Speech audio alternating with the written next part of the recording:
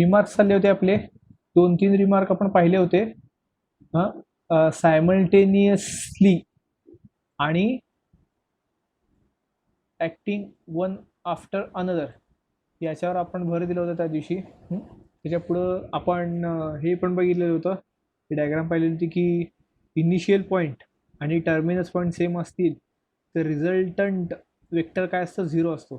म्हणजे पी पासून स्टार्ट केलं आणि फिरून परत पी पर्यंत चाललं तर रिझल्टंट वेक्टर काय असतं, 0. इथं बघा प्रत्येकाचा 0 आहे. ह्याची डायग्राम काढून दाखवली होती तुम्हाला. थांबा, परत एकदा आपण थोडंसं रिवाईज करू. ऑप्शन नाही आहे, इम्पॉर्टंट आहे. वा, चालू झालं बघा लहान मुलांचे अक्षर. A B, A B. समजा इथे गेलाय सी पर्यंत आणि सी कडून आलाय ए कडे परत. ए कडून बी कडे गेला, बी कडून सी कडे गेला, सी कडून परत ए कडे आला. या पॉइंटला परत एंड केला. स्टार्ट आणि एंड एकच आहे. तर ह्याचं टोटल रिझल्टंट डिस्टन्स असते, वेलॉसिटी जे काही असेल ते रिझल्टंट काय असतो, 0च असतो.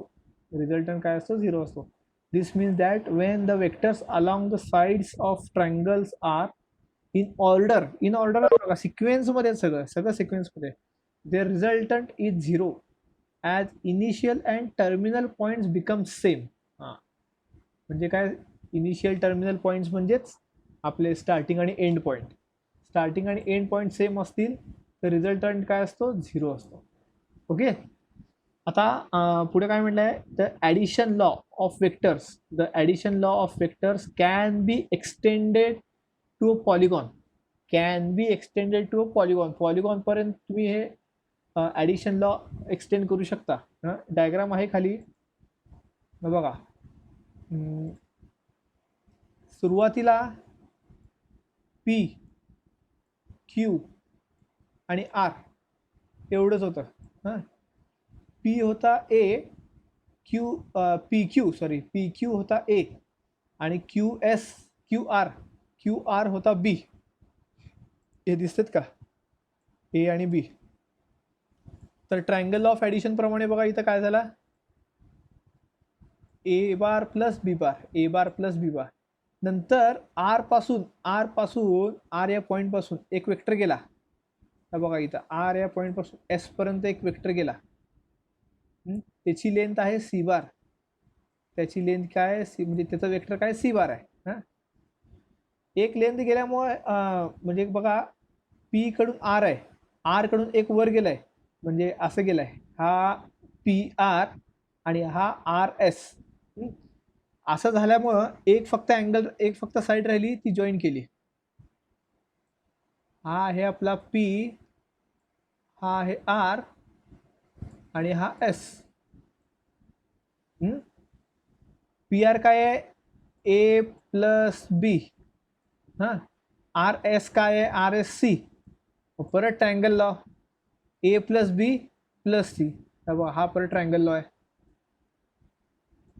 हा परत ट्रायंगल लॉ आला.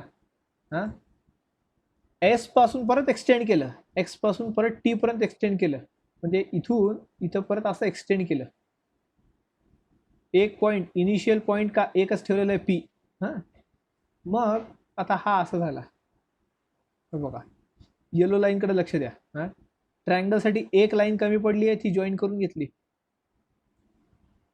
आणि तो कुठला आहे, T. P S T. P S काय आहे, ए प्लस बी प्लस सी. आणि एस टी काय आहे, डी. एस टी किती आहे, डी. मग हा काय येणार, पी टी बघा काय आलं आहे, ए प्लस बी प्लस सी प्लस डी. असं तुम्ही आता इथं परत इथनं असं वाढवू शकता, परत हे असं जॉईन करायचं, परत इथनं एक असं इथं वाढवू शकता, परत असं जॉईन करायचं. असं करत करत करत तुम्ही सर्कल तयार करू शकता. कुठलीही डायग्राम तुम्ही तयार करू शकता, तसं काही नाही. ठीक आहे. आणि असं वाढवत गेलं की तिथं कुठला लॉ यूज होणार, ट्रायंगल लॉ. तिथं कुठला लॉ यूज होणार आहे, ट्रायंगल लॉच यूज होणार आहे. सांगायचा मुद्दा काय आहे, ट्रायंगल लॉ तुम्ही कसंही एक्सटेंड करू शकता. ठीक आहे. इथं दिलेलंच आहे बघा, P Q plus Q R plus R S plus S T. P Q plus Q R, P Q plus Q R plus R S plus S T. म्हणजे हे असं गेलंय बघा, पहिल्यांदा पी क्यू, नंतर क्यू आर, नंतर R S, मग S T. इथं आलं, स्टार्टिंग इथनं केलं, इथं आलं. हे सगळ्यात मिळालं काय आपल्याला, पी टी मिळाला. पी टी मिळालं इथं बघा. प्रूफ बघा कसं कसं दिलंय, प्रूफ एकदा बघून घेऊया आपण. P Q plus Q R plus R S plus S T. P Q plus Q R काय आहे बघा, आपल्याला माहितीच आहे P Q plus Q R. हां, P Q plus Q R काय आहे, पी आर आहे, triangle of addition, triangle of addition plus P R plus R S. तुम्ही डायग्राम बघत बघत इकडे कम्पेअर करा बरं का, इक्वेशन आणि डायग्राम. हा पी आर आणि हा आर एस दिसतोय का, पी आर आणि आर एस हे दोन्ही मिळून काय पी एस आहे. हा पी एस. मग P S plus S T, P S plus S T हे बघा, P S plus S T is equal to P T, is equal to काय P T. Thus the vector pt bar represents sum of all vectors a bar, b bar, c bar and d bar. तुम्ही इथं म्हटलंय बघा, this is also called as extended law of addition of vectors. extended law तुम्ही extend अजून सुद्धा करू शकता, पण आपल्याला पॉलिगॉनचं बघायचं होतं म्हणून त्यांनी पॉलिगॉनचं सांगितलंय. ठीक आहे. हां, आता पुढचे काही प्रॉपर्टीज आहेत, बेसिक प्रॉपर्टी आहेत, फार इझी आहेत, काही जास्त लॉजिक लावायची गरज नाही आहे. वेक्टर कम्युटेटिव्ह आहे. वेक्टर कम्युटेटिव्ह म्हणजे काय, A plus B equal to B plus A. Simple आहे. 3 + 2 इज इक्वल टू 2 + 3 म्हटल्यासारखं आहे हे. कम्युटेटिव्ह लॉ लॉजिकमध्ये झालेलं आहे. हां, त्याच टाईपमध्ये असोसिएटिव्ह पण झालेलं आहे. असोसिएटिव्हिटीमध्ये महत्त्व कशाला असतं आहे, ब्रॅकेटला असतं आहे. हां, इथे पहिल्या 2 वेक्टरची ॲडिशन आहे. इथे हे खरं समजून सांगायची गरज नाही आहे, बघितल्या समजून येत आहे, तरी पण थोडंफार जाऊयात आपण. एल एच एसमध्ये पहिल्या 2 वेक्टरची ॲडिशन आहे आणि त्या ॲडिशन जी येईल, 2 वेक्टरची ॲडिशन करून येईल, तो परत तिसऱ्या वेक्टरमध्ये ॲड केला आहे. हां, पण इथं असं नाही आहे. वाचायची पद्धत, समजून घ्यायची पद्धत दोन्हीकडे वेगळी आहे. इथं काय आहे, शेवटचे 2 वेक्टर ॲड केलेत, शेवटचे 2 वेक्टर ॲड केलेत आणि जी ॲडिशन येईल ती पहिल्या वेक्टरमध्ये ॲड केली आहे, ती पहिल्या वेक्टरमध्ये ॲड केलेली आहे. त्यामुळं पहिला कुठला घ्यायचा, दुसरा कुठला घ्यायचा, इथं महत्त्वाचं आहे असोसिएटिव्ह. आयडेंटिटी तर इझीच असतं. कुठल्याही वेक्टरमध्ये, कुठल्याही नंबरमध्ये 0 ॲड केलात, कुठल्याही नंबरमध्ये 0 ॲड केला तर तोच परत नंबर येतो. तसंच कुठल्याही वेक्टरमध्ये 0 ॲड केलात की परत तोच नंबर येणार आहे. इथे वेक्टर आणि त्याचा अपोजिट वेक्टर, तर बघा अपोजिट वेक्टर आहे किंवा निगेटिव्ह वेक्टर. हा एक वेक्टर आहे ए बार आणि हा त्याचा निगेटिव्ह वेक्टर आहे मायनस ए बार. त्याला दुसरं नाव काय आहे, ॲडिटिव्ह इनव्हर्स. त्याला दुसरं नाव काय आहे, ॲडिटिव्ह इनव्हर्स. म्हणजे ए बारचा इनव्हर्स मायनस ए बार, ए बारचा इनव्हर्स काय मायनस ए बार, आणि दोघांची ॲडिशन केली की 0 येत आहे. सेम नंबर असतील +2 -2 यांची ॲडिशन जर तुम्ही केला तर 0च येणार आहे. हां, इथं फक्त वेक्टर आहे, काही अवघड आहे का. इथे if a bar and b bar are vectors of m and n and are vectors and m and n are scalars, okay, then वाचून घ्या एकदा हे. ब्रॅकेट कसं आहे महत्त्वाचं हे बघा. काय केलेलं आहे, ए बार ब्रॅकेटमध्ये मल्टिप्लाय केलेलं आहे, एकदा एम सोबत, एकदा एन सोबत, एकदा एम आहे, एकदा एन आहे. हां, इथं काय केलेलं आहे, एम आतमध्ये घेतलेलं आहे, एम आतमध्ये घेतलेलं आहे. आणि इथं जे आहे, इथं परत ब्रॅकेटचं महत्त्व आहे बघा. परत ब्रॅकेट, अर्थ तिन्हीचा एकच आहे. म्हणजे काय, 2 × 3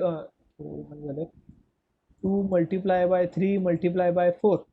हां, तुम्ही 2 × 3 पहिला करा किंवा 3 × 4 पहिला करा, काही फरक पडत नाही, आन्सर फायनली सेमच येणार. पण पहिल्यांदा कुठल्या दोघांचं मल्टिप्लिकेशन करताय हे इथे दिलेलं आहे, बाकी काय इतकं महत्त्वाचं नाही आहे. हां, त्याच्या पुढचं जरा महत्त्वाचं आहे, त्याच्याकडे लक्ष देऊया आपण. ट्रायंगल इनइक्वॅलिटी, त्याला दुसरं नाव आहे triangle law of inequality. Triangle law of inequality तुम्हाला माहिती आहे. ट्रायंगल इक्वॅलिटी कसं बघितलं आपण, ए बार आणि हा बी बार आहे, मग तिसरे साईड काय येते, ए बार प्लस बी बार. म्हणजे आपण लिहू शकतो काय, लिहिलेलं नाही आहे, मलाच लिहावं लागेल, ए बार प्लस बी बार. मग इथे हा ए बार आहे, हा बी बार आहे, मग फायनल काय आलाय, ए बार प्लस बी बार आलाय. हां, ठीक आहे. म्हणजे हे वेक्टरचे ॲडिशन आहे, पण त्या वेक्टरचा मॅग्निट्यूड, त्या वेक्टरचा जर तुम्ही मॅग्निट्यूड घेतलात, हां, म्हणजे बघा पहिल्यांदा ए बारचा मॅग्निट्यूड घ्या, ए बारचा मॅग्निट्यूड घेतला, हां, समजा तो 2 आलाय, तो समजा 2 आलेला आहे. हां, बी बारचा मॅग्निट्यूड घेतला, तो समजा 3 आलेला आहे, 3 आलेला आहे. तर mod of A bar plus B bar हे एक तर 3 येईल, एक तर 3 येईल किंवा 3 पेक्षा कमी येईल. एक तर 3 असेल, हां, ए बार प्लस सेम असेल, इक्वल असेल सांगता येत नाही इथं बघा, म्हणूनच त्याला इनइक्वॅलिटी म्हणलंय. Either equal or less than असेल, एक तर mod of A bar plus B बारची व्हॅल्यू एक तर 3 असेल, एक तर 3 असेल किंवा 3 पेक्षा कमी असेल. सॉरी 6 असणार ना इथं, 5. आता या दोघांची डायरेक्ट जर तुम्ही ॲडिशन केलं तर किती येत आहे, 5 येणार. हां, तर इथं जरा खोडतो मी, हे 3 येणार नाही, इथं 5 येईल, इथं 5 येईल. ए बार प्लस बी बारचा मॉड जर तुम्ही घेतलात, एक तर 5 असेल, एक तर 5 असेल किंवा 5 पेक्षा कमी असेल. हे असं हे ट्रायंगल लॉ ऑफ इनइक्वॅलिटी सांगतंय. ठीक आहे. This is obtained from the triangle law. Triangle law आपण वर बघितलेलं आहे. As the length of any side of triangle, length of, हां, आता इथं ट्रायंगल जरा आपण बघूया तिथं. हां, length of any side of triangle is less than, म्हणजे समजा तुम्ही याच्या, अरे यार, समजा तुम्ही याची लेंथ काढताय. हां, कशाची लेंथ, हा ए आहे समजा, हा बी आहे आणि हा सी आहे. समजा तुम्ही ए सीची लेंथ काढताय, तर ए सीची लेंथ ही कायम, लेस दॅन असते. कशापेक्षा, सम ऑफ अदर 2 साईड, म्हणजे ए बी आणि बी सीच्या सम, ए बी आणि बी सीची जी ॲडिशन आहे त्याच्यापेक्षा कायमच ए सीची लेंथ ही कमीच असते, कमी किंवा इक्वल असते, कमी किंवा इक्वल, पण जास्त नसणार आहे. पण काय जास्त नसणार आहे, A B plus B C is equal to A C, is equal to किंवा less greater than A C. A B plus B C, A B, वा, काय म्हणलंय तुमच्या लक्षात तर येत असेल, ए बी प्लस बी सी, मी इथं डायरेक्टली घेतलेलं आहे, बार वगैरे काही घेतलेलं नाही आहे. ए बी म्हणजे ए बीची लेंथ, बी सी म्हणजे बी सीची length, is greater than or equal to A C, कायमच. हां, पण आपल्याला पायथागोरस वेगळं सांगतंय. पायथागोरस काय सांगताय आपल्याला, पायथागोरसचं काय माहिती आहे आपलं, बघा, हा ए किंवा हा, एक मिनिट, वेक्टर आणि पायथागोरसमध्ये काय फरक आहे आपण थोडं समजून घेऊया. हा समजा ए आहे, हां, हा बी आहे आणि हा सी आहे. तर पायथागोरस काय सांगतो, A square is equal to, A square is equal to B square plus C square असं सांगतो, बरोबर. पण इथं कंडिशन काय आहे, एक अँगल कुठला तरी राईट अँगल पाहिजे, एक अँगल कुठला तरी राईट अँगल पाहिजे. पण इथे कुठं आपल्या ट्रायंगल लॉमध्ये राईट अँगल असे दे नसू दे काही फरक पडत नाही. शक्यतो अशा ठिकाणी, वेक्टरच्या ठिकाणी प्रत्येक अँगल हा ऑब्ट्यूज नाही, ॲक्युटच असतो, म्हणजे लघुकोन असतो. ट्रायंगलला तुम्ही आत्तापर्यंत जर बघितला, थोडं वर जाऊया आपण, तर बघा तुम्ही इथे प्रत्येक अँगल इथला स्टार्टिंगचा इनिशियल पॉईंटचा प्रत्येक अँगल हा ॲक्युटच आहे, प्रत्येक अँगल ॲक्यूट आहे, लघुकोन आहे. हां, पण पायथागोरसमध्ये काय असतो? राईट अँगल असतो. आणि पायथागोरसमध्ये दरवेळेस पायथागोरसमध्ये हे इक्वेशन सॅटिस्फाय होत आहेस कधी सांगता येत नाही. प्रत्येक नंबर, कुठलेही 3 नंबर हे इक्वेशन सॅटिस्फाय करतीलच कधी सांगता येत नाही. पण ट्रायंगल लॉमध्ये तसं नाही आहे. ट्रायंगल लॉमध्ये कुठले जरी नंबर असले, ट्रायंगल लॉमध्ये कुठलेही नंबर असले तरी देखील ते ट्रायंगल लॉ सॅटिस्फाय करतायच. ट्रायंगल लॉ सॅटिस्फाय करतायच. ठीक आहे. हे जरा बेसिक फरक आहे. आपण थोडं फक्त हे माहितीसाठी समजून घ्या, बाकी काही नाही आहे. हे तुम्हाला पायथागोरसचं वेक्टरमध्ये तुम्हाला काही फायदा नाही आहे. Any two vectors A bar and B bar determine a plane and vectors a bar plus b bar and a bar minus b bar lie in the same plane. Plane म्हणजे काय? कोण मला सांगेल? कुणी प्लेन, तुम्हाला जे काही माहिती आहे ते सांगा रॅन्डमली. कुणी अनम्यूट करून सांगू शकता प्लेन म्हणजे काय?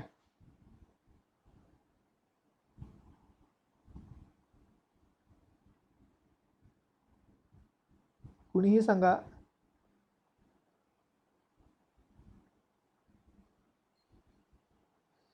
शब्दार्थ सांगितले तरी चालेल. शब्दार्थ सांगितले तरी चालेल.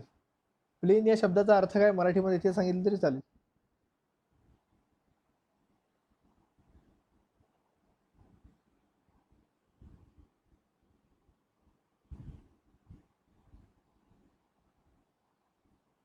एकालाही माहित नाही? एकालाही माहित नाही का? चॅटमध्ये सांगा किंवा अनम्यूट करून सांगा. प्लेन या शब्दाचा अर्थ देखील माहित नाही का? आता एवढं तर इंग्लिश बेकार नसणार आहे. प्लेन म्हणजे काय हे तरी माहिती असेलच. इथे एक फक्त सांगतो की प्लेन म्हणजे विमान नाही, एरोप्लेन वाला प्लेन नाही.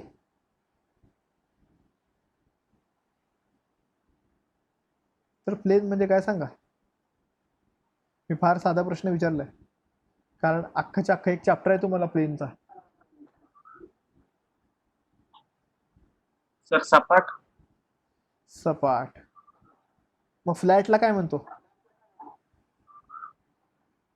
फ्लॅट म्हणजे काय? Sir surface. हा, सरफेस. प्लेन म्हणजे काय? एखादा सरफेस, कुठलाही सरफेस घ्या. सरफेस हा एक तर सपाट असेल किंवा खडबड पण असू शकतो. असं काय नाही की ते फ्लॅटच असावं. तर एखादा प्लेन आहे. प्लेन म्हणजे तुम्ही जनरल लाईफमधलं कुठलंही, आता तुमच्या हातात किंवा तुमच्या समोर जे नोटबुक असेल किंवा बुक असेल, तो देखील एक प्लेन आहे. तो देखील एक असा एक प्लेन आहे समजा. तर काय म्हणलं इथं, त्या प्लेनमध्ये 2 वेक्टर आहेत किंवा त्या प्लेनमध्ये 2 वेक्टर आहेत किंवा ए बार आणि बी बार. ए बार हा आहे ए बार आणि हा आहे बी बार. ए बार आणि बी बार मुळे प्लेन म्हणजे काय असं सांगतो तुम्हाला. इथं ए बार आणि समजा, परत एकदा डायग्राम काढतो जरा मी थोडं वेगळ्या पद्धतीने. ए बार, हा वा,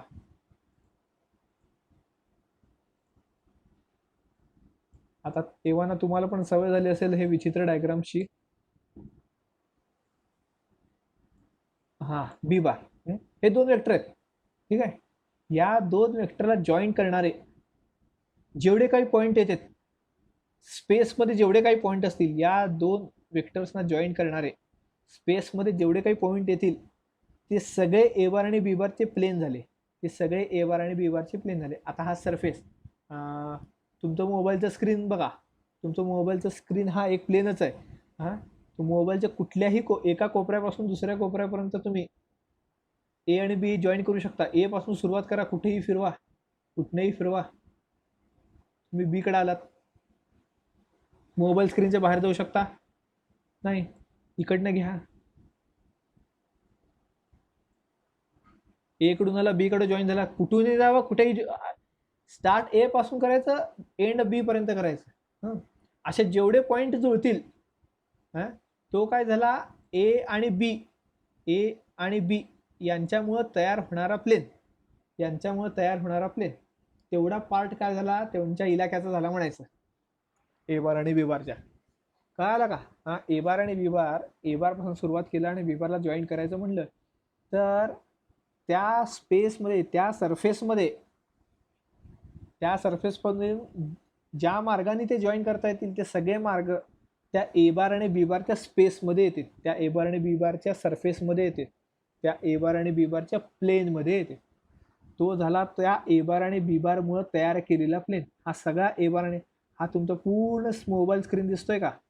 हा, तो आहे हा ए बार आणि बी बारला जॉईन करणारा प्लेन. ठीक आहे.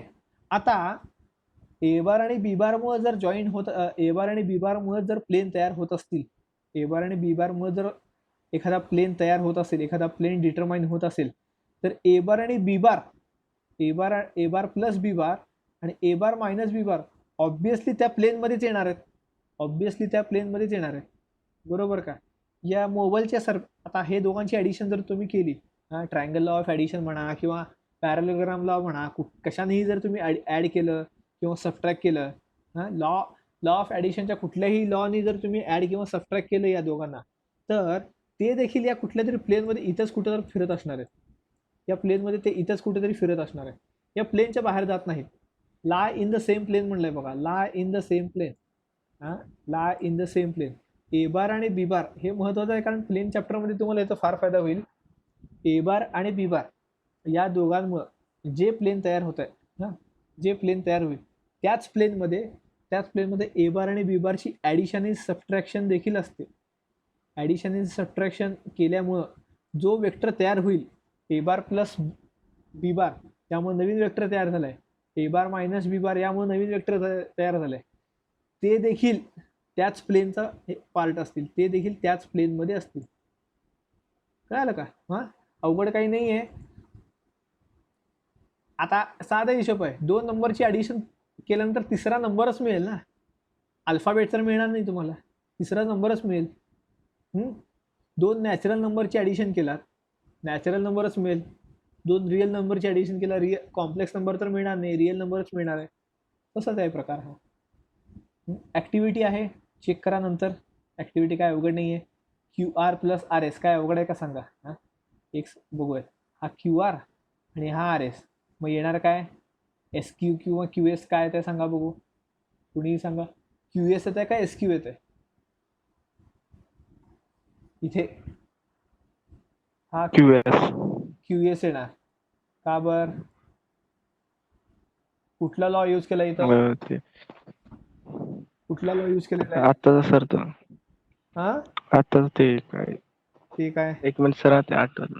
आठवं नका. बर, बाकीचे सांगा मग.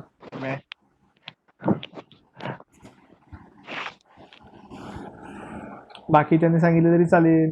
कुठला लॉ यूज केला इथं? डायग्राम वरनं तरी ओळखा. पॅरल ये बडबड. पॅरलेलोग्राम. कुठला? पॅरल काय अरे राहू दे.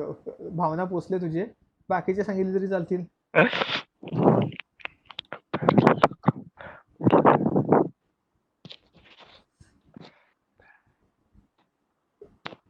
अरे बाकीचे हात का जिवंत का गेले, गचकले का?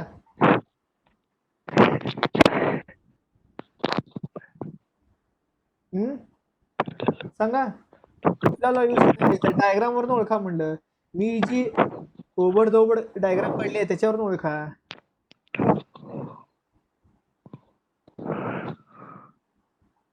हा,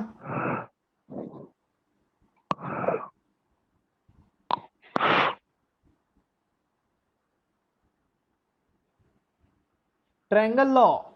हा, पगलेंनी सांगितलं एकदाच. ट्रायंगल लॉ आहे. ट्रायंगल दिसताय का नाही? हा, डोळे फुटलेत काय? क्यू आर एस ट्रायंगल दिसतोय ना? मग ट्रायंगल लॉच यूज करणार इथं. मी म्हणलंय हे जे ओबड डायग्राम काढले ते बघा म्हणून. पॅरालेलोग्राम असं म्हणायचं, काय संशोधित? पॅरालेलोग्राम, ग्राममध्ये पॅरालेलो असं. ठीक आहे. मग क्यू कडून आर कडे गेला, आर कडून एस कडे गेला, एस कडून क्यू कडे येत नाही, क्यू कडून एस कडे जातो ट्रायंगल लॉ. एस कडून जर क्यू कडे आला तर रिझल्टंट 0 तयार होतो. रिझल्ट कारण स्टार्टिंग आणि एंड क्यूलाच येणार आहे, त्यामुळं रिझल्टंट 0 होतो. इथं कुठे तसं आहे का बघूया, थांबा आपण. ह्याच्यावरनं तुम्हाला किती समजलं ते समजलं मला. P S S R R Q, P S S R आणि आर क्यू. सांगा बघू थर्ड नंबर, सांगा third number. P S S R R Q सिक्वेन्सने एकाच डायरेक्शन मध्ये गेले, म्हणजे पी कडून एस कडं, एस कडून आर कडं आणि आर कडून क्यू कडं. तर इथे म्हणजे सगळं तर आलेलं आहे, राहिला फक्त पी क्यू. तर मला फक्त इथं सांगा पी क्यू येणार का क्यू पी येणार, पी क्यू येणार का क्यू पी येणार. तुम्ही वर डायग्राम देखील चेक करू शकता जाऊन. हा पी क्यू येतंय, पी क्यू, पी क्यू येणार बघा. जरी हे बघा परत एकदा समजून सांगतो, जरा नीट लक्ष द्या. थर्ड नंबरचं एक्झाम्पल जरा नीट लक्ष द्या, ह्याच्यावरनं जरा चांगलं समजून सांगता येत आहे. काय काय सांगितलं इथं. पी एस म्हणजे पी कडून एस कडे गेला, बरोबर. पी एस नंतर काय एस आर आहे, एस कडून आर कडे आला. आर क्यू आहे, आर कडून क्यू कडे आला. म्हणजे असं फिरला, पॅराबोला तयार केला, असं फिरून डायरेक्शनचा पॅराबोला तयार केला. मग साहजिकच आपला विचार काय होत आहे, क्यू कडून पी कडे जाईल, म्हणजे असा सर्कल पूर्ण करेल. क्यू कडून शेवटी काय होणार, पी कडे जाणार. मग असं केल्यामुळे काय होत आहे, स्टार्टिंग आणि एंड, स्टार्टिंग आणि एंड. स्टार्टिंग कुठे केलं तो आपण पी कडं, पी कडून एस कडं, एस कडून आर कडं, आर कडून क्यू कडं. जर तुम्ही क्यू कडून परत पी कडे आलात तर स्टार्टिंग आणि एंड पॉईंट सेम झाला. स्टार्टिंग आणि एंड पॉईंट सेम, ह्याचा अर्थ रिझल्टंट 0 होतो बघा. डायग्राम पण 0, रिझल्टंट पण 0. हे बघा 0 मी फिरवा लागलो, सगळं 0 झालं. मग अर्थ काय राहता का ते फिरण्याला, मग नाही. त्यामुळं जेव्हा तुम्ही पी कडून एस कडे जाणार, एस कडून आर कडे जाता, आर कडून क्यू कडे जाता, तेव्हा क्यू कडून पी कडे येत नाही, तर पी कडून क्यू कडे जाता, पी कडून क्यू कडे जाणार. त्यामुळे इथं काय येणार, पी क्यू, जाऊ दे कसं लोक घेत बसू. इथं काय येणार, पी क्यू. समजून घ्या इथं पी क्यू आहे. आता ह्याचं सांगा.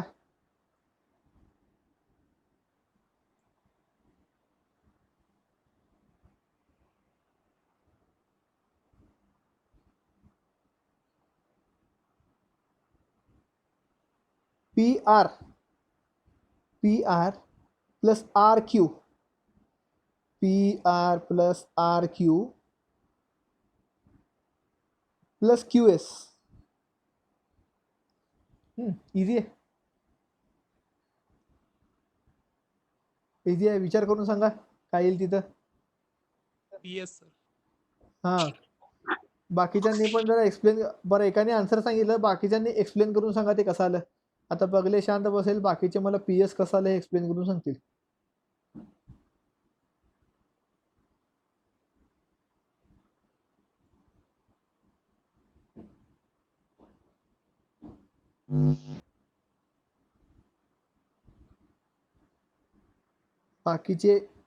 बाकीच्यांकडून पण अपेक्षा आहे एक आन्सर सांगायची.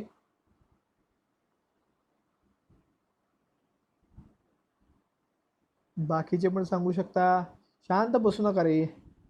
समजलं नाही हे तर सांगू शकता का नाही तोंडाने, मुकबधीर असल्यासारखं वागू नका. मुक आहे, मुक नाहीये तुम्ही एवढं नक्की, बधीर आहे का नाही माहिती.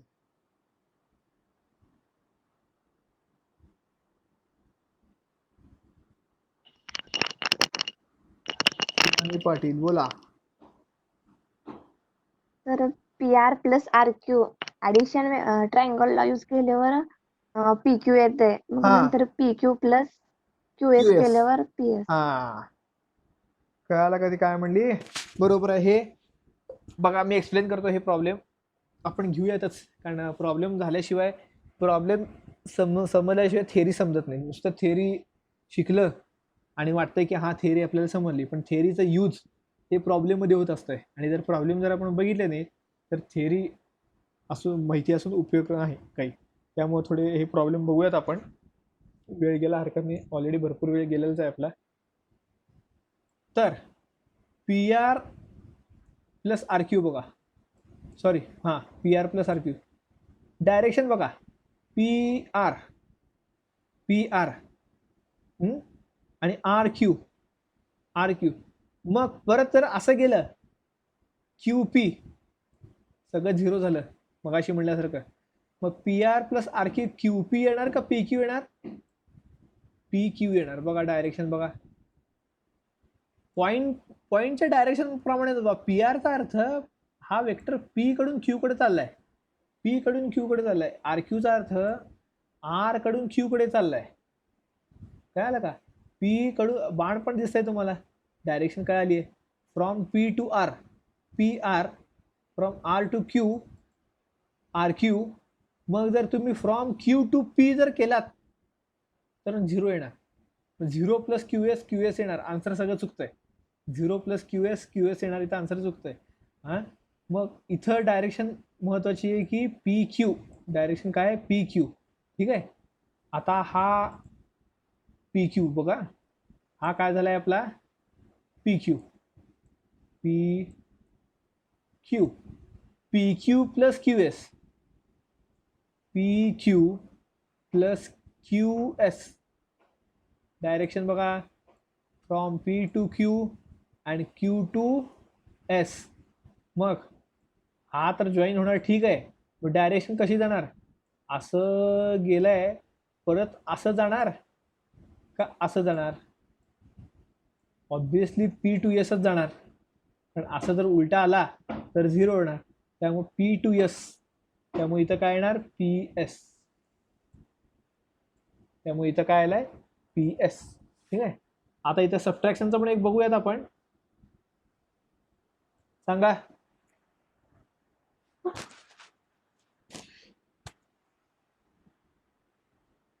क्यूपी मायनस आरपी,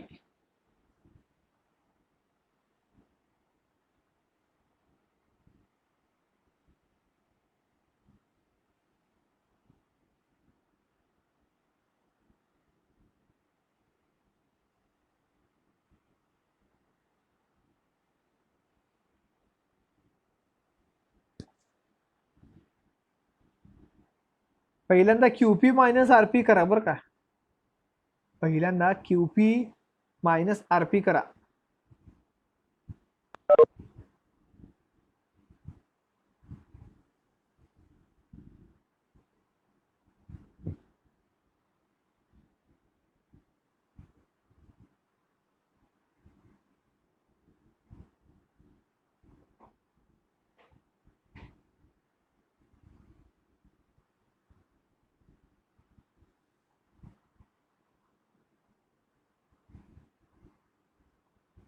सांगा सांगा, पटकन सांगा. कळालं का? थेअरी जरी समजलं, थोडंफार समजलं असलं तरी थेअरीचं प्रॅक्टिकल इम्प्लिमेंटेशन किती अवघड असतं प्रॉब्लेम सॉल्व्ह करताना.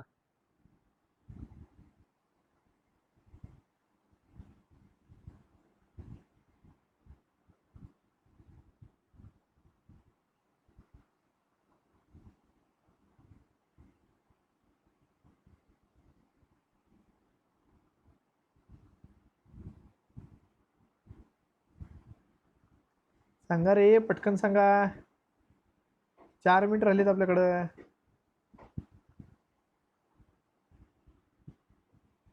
बरं, तुम्हाला डायरेक्शन दाखवतो. ठीक आहे, डायरेक्शन दाखवलं तरी समजेल का? बरं, क्यू पी म्हणजे असं गेलाय, क्यू पी उलटा गेलाय. हां, आणि आर पी, आर पी म्हणजे इथून इथं आलाय असं.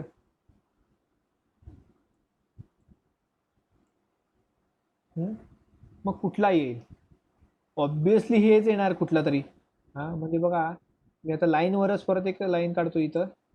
क्यू पी आणि आर पी.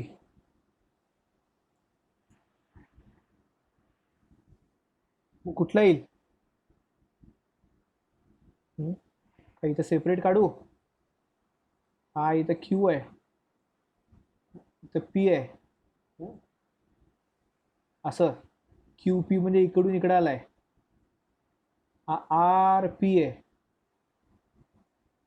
हा आर. ऑब्विसली हे जॉईन होणार, बरोबर का? ट्रायंगल तयार करायचं असेल तर आर आणि क्यू जॉईन करावं लागणार आहे आपल्याला. आर आणि क्यू जॉईन करायचं आहे. पण प्रश्न असा आहे की आर क्यू येणार, आर क्यू येणार का क्यू आर येणार? क्यू आर येणार. तुम्हाला काय वाटतंय? तुम्हाला काय वाटतंय?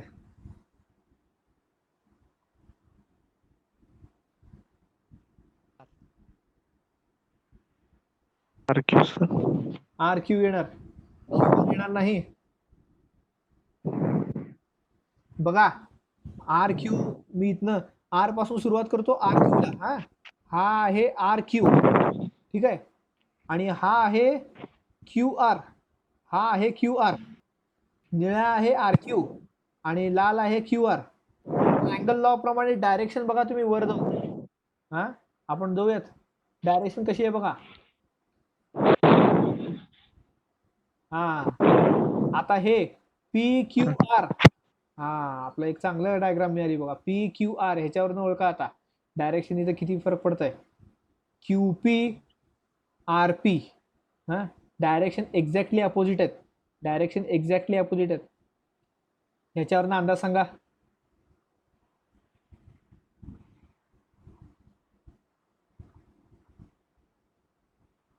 RQ sir. नक्की आर क्यू? हो. एकच आन्सर आर क्यू आहे. बाकीचे बाकीचे कॉन्फिडंट नाही आहेत का तेवढे? RQ sir. नक्की आहे? हो. दोघा तिघाचं आलं, दोघाच तर आलं आर क्यू, तर इथं येणार आर क्यू, इथं काय येणार आर क्यू येणार. बरोबर तिथं नेऊन ठेवू याला. आर क्यू आलं. आता R Q plus R S, R Q plus R S,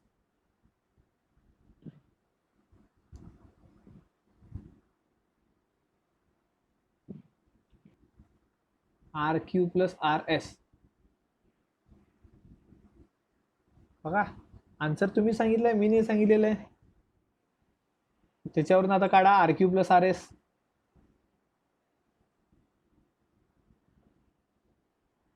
म्हणून म्हणलं होतो मी, मगापासून म्हणत होतो, आधी पण म्हणलं होतं की डायरेक्शनकडे लक्ष द्या, डायरेक्शनकडे लक्ष द्या.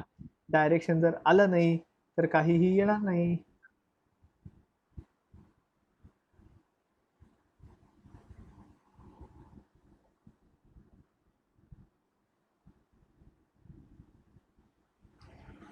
QS R Q plus R S. हा आपण डायग्राम बघूया, थांबा. एकाने क्यूएस सांगितलेलं आहे. आर क्यू म्हणजे हा plus R S, R Q plus R S. Q S येणार का एस क्यू येणार? बघा. एसक्यूएस. एसक्यू. एकाने क्यूएस सांगितलं, एकाने एस क्यू सांगितलं. तर हे 6 प्रॉब्लेम तुम्हाला मी होमवर्कसाठी देतो. 2-3 तर आपण बघितलेले आहेत.